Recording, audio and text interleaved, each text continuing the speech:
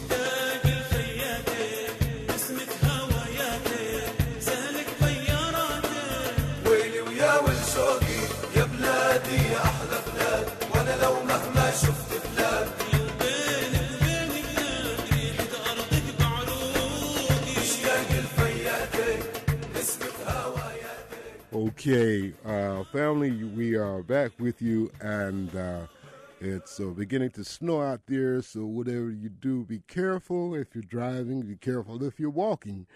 And what you were listening to briefly was a piece from the internet called Palestine, a song, a collection of Palestinian songs and tunes. We are going to be speaking momentarily with, let me get myself squared away here, Nancy Mansour, Ayman Al-Sayed, and Miriam Ariai Rivera. Okay, I get the last part. Okay, now we are going to talk about Palestine. And I've been taking an interest, ever since the days of PLO and Arafat. And so we want to hear from people who are on the ground who know what is going on there. And also, Miriam, you did a trip not too long ago to Palestine. So let's start off with you and talk about your trip. And there's some questions I want to ask you, and then we'll go around the table. Sure. Basically, the three of us sitting here are the co-founders of the organization Existence is Resistance. Uh-huh. And I partook in this trip that happened in August of 2012. And it was the third trip, really, or project rather, that we basically developed and put together. I myself, I'm not Palestinian. I'm Iranian American.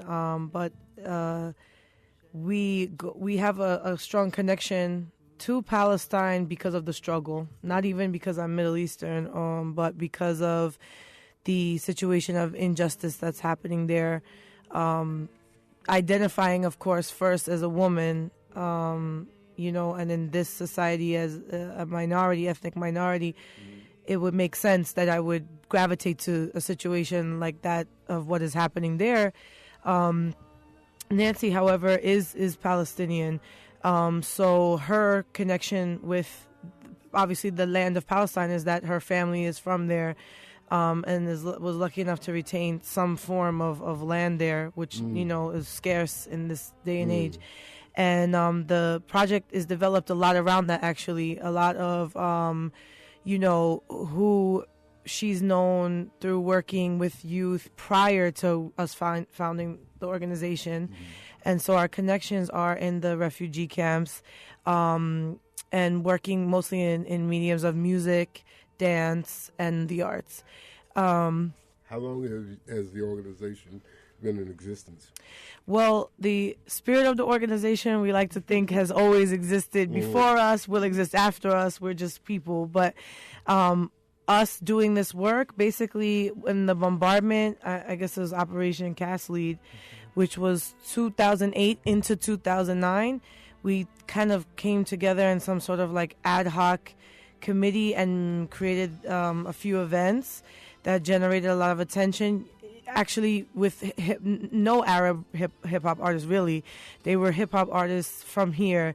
Some are considered political hip hop artists or underground hip hop artists, but those who were able to address the issue and had some background education on the issue of Palestine, including like M1 of Dead Prez and Immortal Technique and the A-Alikes and so on and so forth. So basically, following that event and the success of it, we decided to stick together and build our organization and build our space in this movement. And sometimes we operate as kind of like a third voice, We don't say, even amongst us, we have some political differences. However, we don't like to sort of whitewash any of the subjects or, play into what you typically are dealing with when it comes to NGOs or nonprofits. We're not that. We're a grassroots organization. We're for the people, and we are the people. Okay. Nancy, since you are from Palestine, tell us your observation, being a Palestinian, how long have you been, I guess like Maureen was saying, it's a forever thing, right? Give us your observations about what is going on. Netanyahu's recent re-election, what that foretells. Well, just take it in your own way, frame it the way you want to frame it. First of all, thank you so much for having us. And I will say, it's funny because a couple of days ago I called my dad. I was getting really bad back pains, and I called my brother Ayman, who's also a nurse, and asked him, what could it be? He said, we need to check your blood pressure. So I knew my dad had high blood pressure, and I said to him, Dad, how long have you had high blood pressure? And he said, since the day they occupied Palestine. And my dad, he was 8 years old. So I was like, damn. But that shows you, it's been in my life. I mean, I was brought up and born in London. But Palestine's been a part of my life all my life. My dad and my mother are both from there. My mum's from Nazareth. Her family were able to fight back and keep their village, which they're still in, called Rainy Village. And, I've been to demos all my life. I will say when I came here, it was right after 9/11.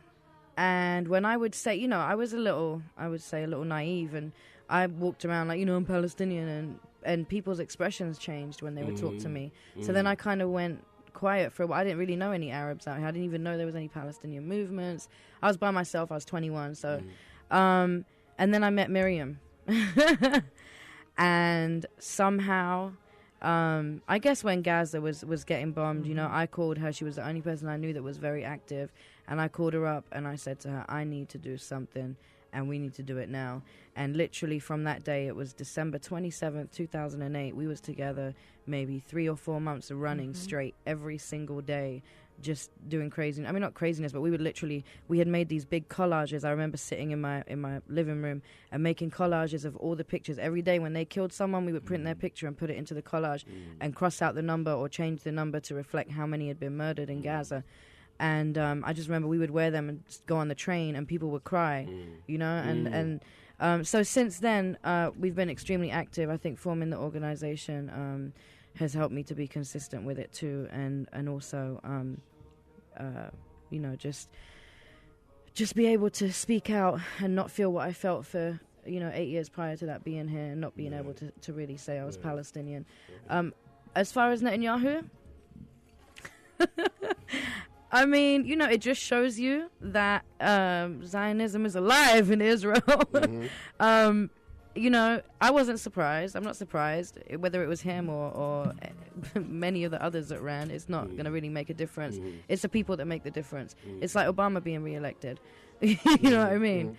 What difference is it coming? It wasn't a mandate, though, right? I mean, from what I'm understanding, there's still a lot of people in Israel who are not supportive of Netanyahu. Yeah, I know the percentage was very close. I think it was like 59 to 62, right? Was it that close? I think it was pretty close. I think he didn't. I think it was only. I think he won this time around he did not win with a landslide.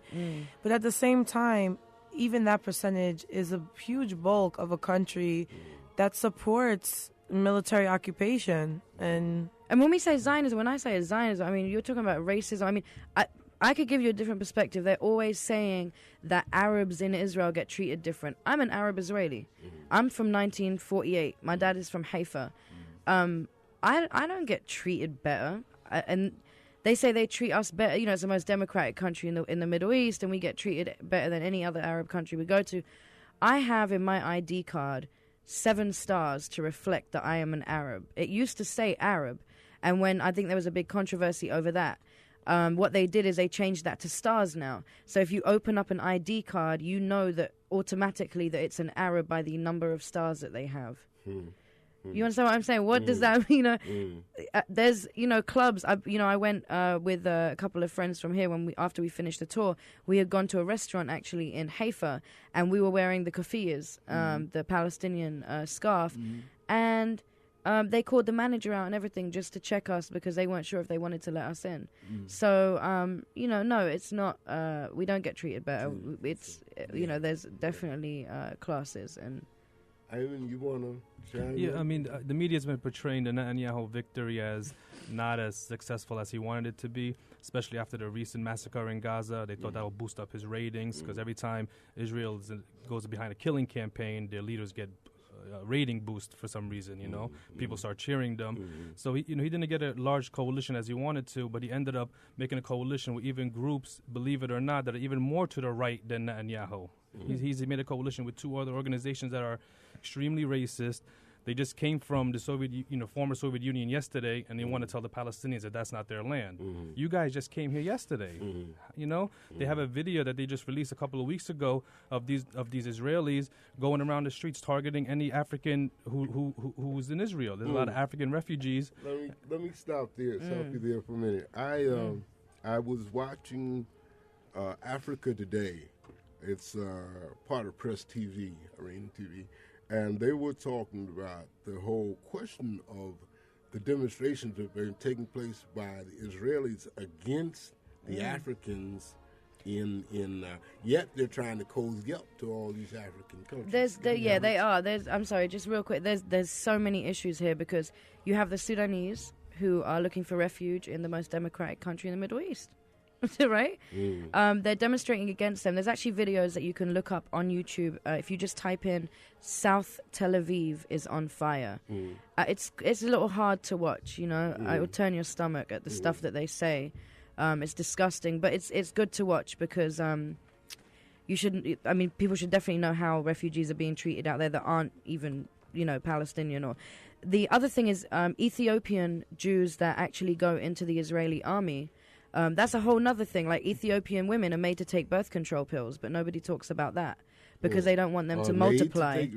Forced sterilization, basically. Which was done in this country in the prisons with black women. They also don't very accept... similar. Exactly. They also don't accept black blood donations in Israel. So even if you're a black Jew, a black Ethiopian Jew serving in the Israeli army, whether you like it or not, because it's also mandatory for you to serve in the army, female and male, at the age of 18, they don't accept your blood. There's on so many levels. Could you give me that source, that link again? The South. If you just Google South Tel Aviv, South Tel Aviv is on fire. Or put it in YouTube. It's in YouTube, yeah. And actually, there's a member of their government that is that leads these demonstrations, and he's talking in one of these videos in the street against refugees. They're actually building deportation centers, or just centers that they're going to dump them in the desert until they can move them back. I mean, Israel wants to have it both ways. Like you said, they're trying to reach out to some African countries because they're desperate to get any international support, especially from Asia, Latin America, and Africa, because the majority of the world knows what Israel is doing to the Palestinians is wrong. So Israel's trying to reach out to these other countries to get their support. However, it shows that even though a lot of Africans serve in the Israeli army, unfortunately, they're still Africans in the eyes of these racist Zionists. So they're discriminating against them, mistreating them, harassing anybody they saw in the street. Doesn't matter how they, it doesn't matter if they were citizen or not. You were dark skinned, you were African, they targeted you. Get out of my country, get out of my country. No, they have to leave that country. They're telling the Africans to leave, but they don't belong there themselves. These European settlers who are called Israelis today. So how are you telling other people who came here for refuge for whatever reason that they're dealing with their problems in their own country to leave when you don't Just belong like here? you did. Just like just like you did, exactly. At least that's what you claim is the reason. You know, some of them did, but a lot of them recently that's not the reason. Almost 2 million people came from Russia. They weren't escaping anything. They just came because they had the opportunity to get a better whatever chance to leave. They left. The Soviet Union collapsed, so they left. And many of them aren't Jewish. And many of them aren't Jewish either. And they want to kick them out as well. It just shows that just because if you're European background, you're able to get in much more easier. But those who are born in that country, who are refugees in other countries, they're not able to return. They always claim there's no space for the Palestinian refugees, but every day refugees from other countries are coming in there who are European. Can I just add? There's an infomercial that has been coming on. It's called Wings of Eagles. And has anybody heard about this? No. So it comes on late night, and actually our Haitian brother DJ Vega Benetton, who also traveled with us a couple of years to Palestine, he called me up and he said, I saw this commercial that said sponsor a family, I think it's from Bulgaria or Hungary, a Jewish family to move to Israel. And you know, it says if you pay, I don't know, it was a couple of $100 a month, we can take 2 people. If you pay, $1,000 a month, we could take a whole family. And they have their own airline called Wings of Eagles, and they fly. Who has their own airline? This organization called Wings of Eagles, which and takes people from. US? That I don't know, Okay. but they take. We haven't been able to research it yet, but they take families from Europe and move them into Palestinian land in Palestinian homes in Palestine or 48. That's their goal. Their goal is to continue the colonization of the land. They haven't stopped. It didn't happen originally and then it stopped. It's continuing up to 2013. And that's why we're trying to bring awareness about that by going out there, bringing people from here to see with their own eyes what's happening. So they're not waiting to increase the population naturally. They're just bringing people in to make sure they try to overwhelm. They try to overwhelm, exactly, and they try to give different incentives. Oh, you come here, we'll give you a house, we'll give you this, we'll give you that, we'll give you a car, you'll have all the rights, you'll have all this land, which is Palestinian land. You're giving somebody something for free, they might end up taking it, especially if they're not necessarily in a greater situation where they previously are. So that's what they've been doing. The settlements have continued. Just right now, the Palestinians started creating their own villages in the West Bank. The recent one was called Bab el-Shemesh. They try to counter these settlers.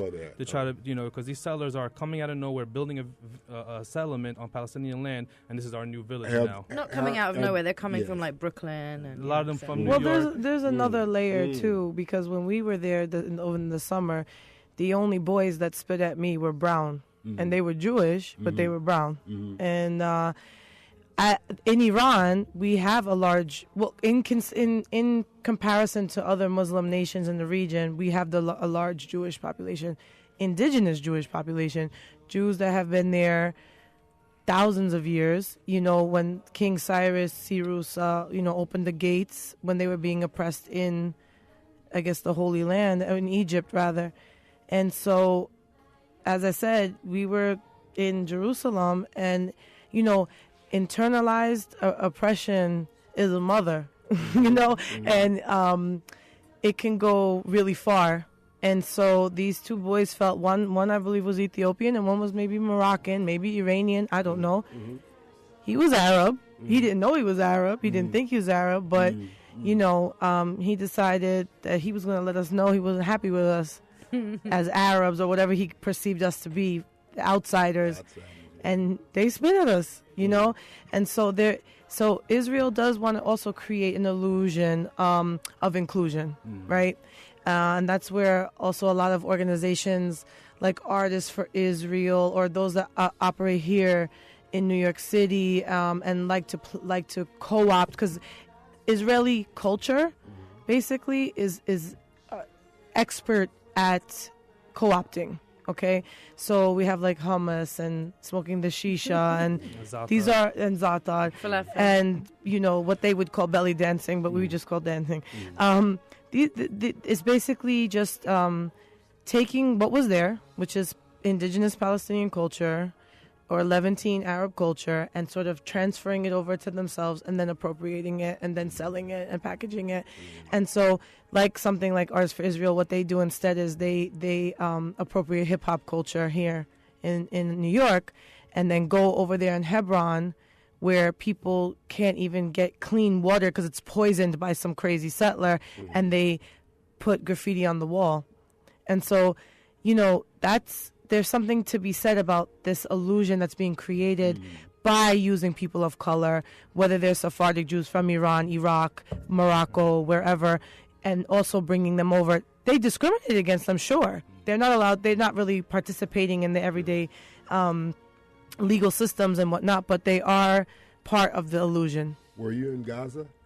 I did not go to Gaza. In the time that my brother Eamon and my sis Nan, they went, my middle-aged son he was small. He wasn't even 2.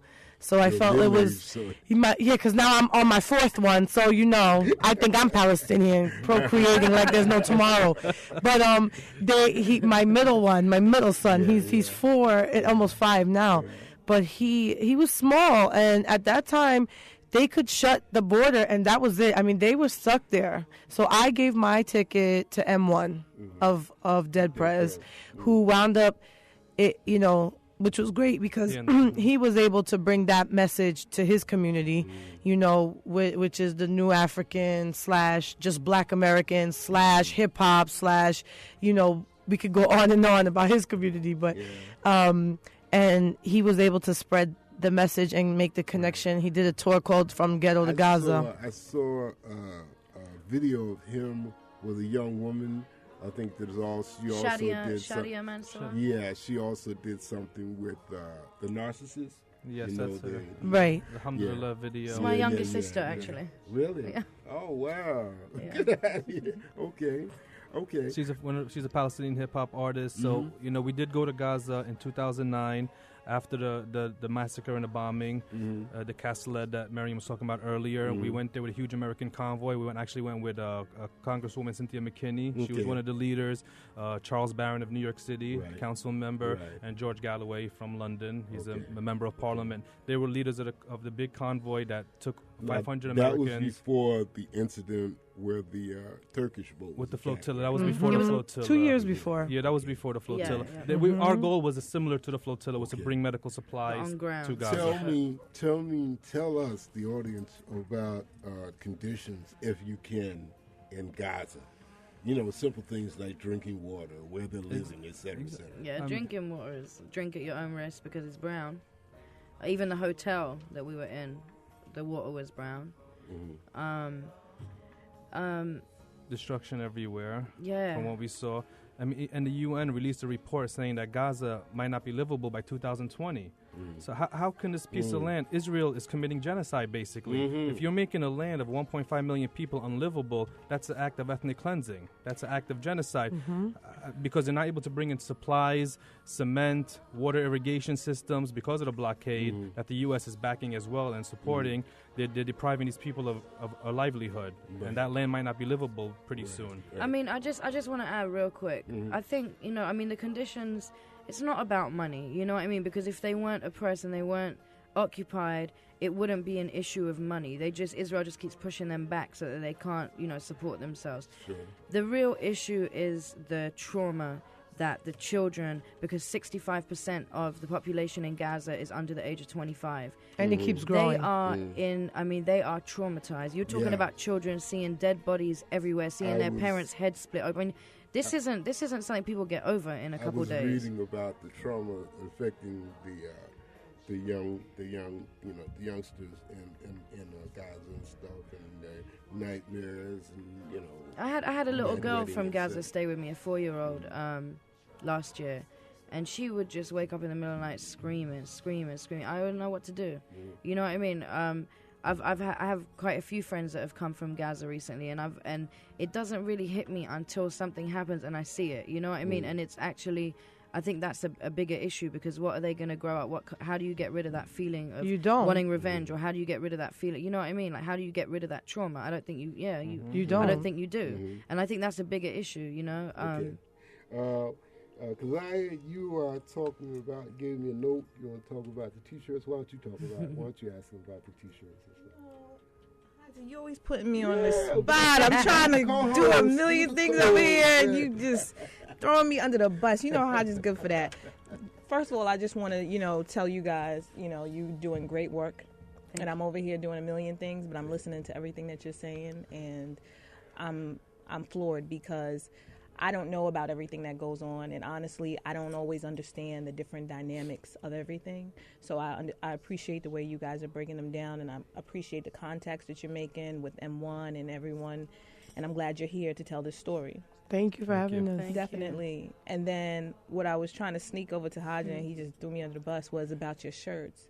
I wanted you guys to talk about the shirts and, how you started working on this, and what do you want to do with this? Is this is the funding going toward making it better, or what's the deal with the shirts? Well, we have a joke that we say we are a grassroots organization because we do not identify as a 501c3 on purpose. We do it because we don't believe you can put your hand out to the government that's killing the people that you're supporting. So that's kind of where we stand. So we say we're a dirt organization because we're so poor. We're not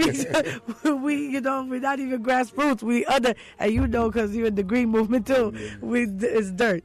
But the T-shirts are a result of actually two things. When we were first starting out, one of our best friends and professional artist, fine artist, Kyle Gowen. Through Jackie Saloom, I want to shout out. Friend, Jackie Saloom produced Slingshot Hip Hop, which is also a hip hop documentary about Gaza and the West Bank. Right. If you can, please check it out. But we got connected with him, and he donated us 100 shirts with a picture of Layla Khaled, they were silk screened by hand by him. Who was a obviously female revolutionary from Palestine, PFLP, from the PFLP, who is in exile her entire life in Jordan, and they said resistance is not terrorism. And then if you looked in the shirt, they were made in Palestine, in the West Bank, and we were able, because of that donation, to fund so much of our work. And we said, okay, well, since we're having all of these troubles, getting money and, because you need money to do the work and blah, blah, let's just keep up with the T-shirts. And the T-shirts became like a fundamental part of how we raise money. Obviously, we literally don't make... 90% of our funding for trips to Palestine is made by selling these shirts. By selling the shirts. And now we were able and lucky enough to, again, get the shirts. The shirts that this Homeland Security one is made on is also designed by Kyle. However, it is, again, the actual shirt is produced in the West Bank. And I just want to mention, that's my grandfather on it the is. left. And we get the shirts also to try to help the economy in Palestine because they're going through so much. So we get them from Bethlehem and we produce them in Brooklyn. We want to be as sustainable as possible. Great. Okay, now, two quick things before we have to leave. The munitions that the United States is resupplying, emphasis on the United States. Exactly. Yes. And bombs, which they're only one intent for bombs, and that's to kill somebody, destroy something. It's a real shame. I say that if Hurricane Sandy would have hit Israel, our government would have responded better than it hitting us here in New York and New Jersey. Or Katrina, or anything. Or Katrina. Why are we sending billions of dollars of weapons and money and military aid when, people are in the cold right now? 6,000 people in Iraq are in the cold in this weather. Anybody who's in New York right now knows that it's freezing out there. Why are they without electricity and no power and no heat? But our government is sending our tax money to Israel to bomb people in Gaza, to occupy the West Bank, to continue this cycle of violence and war. Did we tell them how much, sense. though? Did you tell them how $8.2 million a day goes to Israel just for military aid? We're not talking about any other financial aid. $8.2 million a day goes to Israel for military aid. That's purely weapons. The tear gas canisters like the one that hit Mustafa Tamimi, a 28-year-old, in the face in December of last year and murdered him, was made in the USA in Pennsylvania and sent over there to kill Palestinians. Israel gets more funding than the entire continent of Africa. Israel's the size of the state of New Jersey. Why? Okay. Now, I was going to ask you what's next, but I'll leave that for last. The recent killing of the young student. I Yes, can get her name. I had it somewhere. yes, Lubna Hassan, Yes, Lubna Lubna, yeah. Lubna Hanash. Yes, she's a college student. You know, she was on her way to college, and she got shot in the head. Basically, you know, this happens on a regular basis. This is not an isolated incident. People are. She mentioned Mustafa Tamimi. He was hit with a tear gas canister in his face as well, and he was killed, and that's all on video, and it's all documented. This happens on a regular basis. When these sisters were out there last summer, they got attacked by tear gas as well. They just got to witness what the Palestinians go through. You know, we just witnessed like a small sliver of what these people are dealing with every day.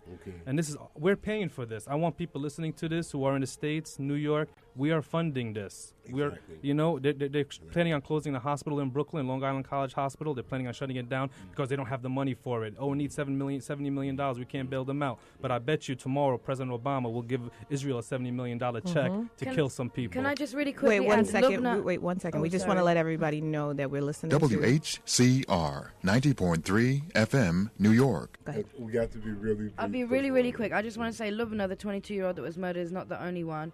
There was also a 15-year-old, Saleh, from Al-Azzi refugee camp, Samir, who was 17 from Budros, Anwar, who's 22 from Jabalia, Aday, who was 21 from Durra, and Mustafa, who's 21 from Beit Lahya. And these are all kids killed just in January by Israeli forces. Okay, well, that's a lot to take in.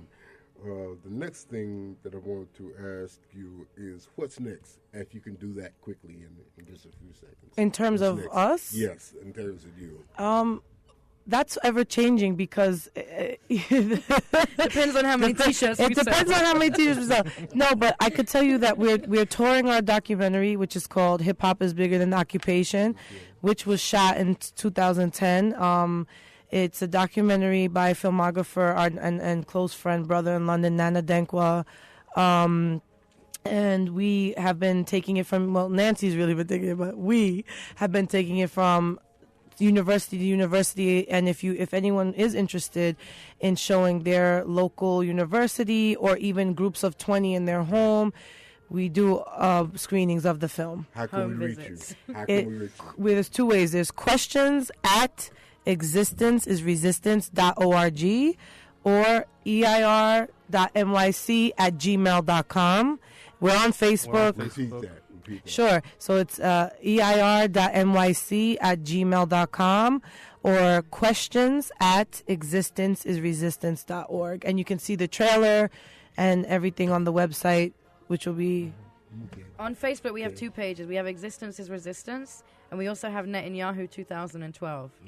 We're trying to making fun of Coney. We're trying to bring awareness because Netanyahu is a war criminal. He has to be indicted. He has to go to jail for his war crimes. So check out the Facebook pages. We also have a website, existenceisresistance.org, and you can watch a trailer on YouTube. Just type in Hip Hop is Bigger Than Occupation. Just in case they go to the website tonight, it's being redone and will be up tomorrow or the day after. Yeah. You know what? I want you guys to come back, and we need to have these conversations a lot more, just because this is a topic that's real foggy, and Sure. everybody doesn't know both sides, or we don't know what's going on. So if you guys come back and kind of break this down and make it into a classroom setting for us, and We love let it. us know what's going on. Thank you. Thank you for having us Thank today. you so much. Thank you for coming. So we've been speaking with Miriam Ariai Rivera.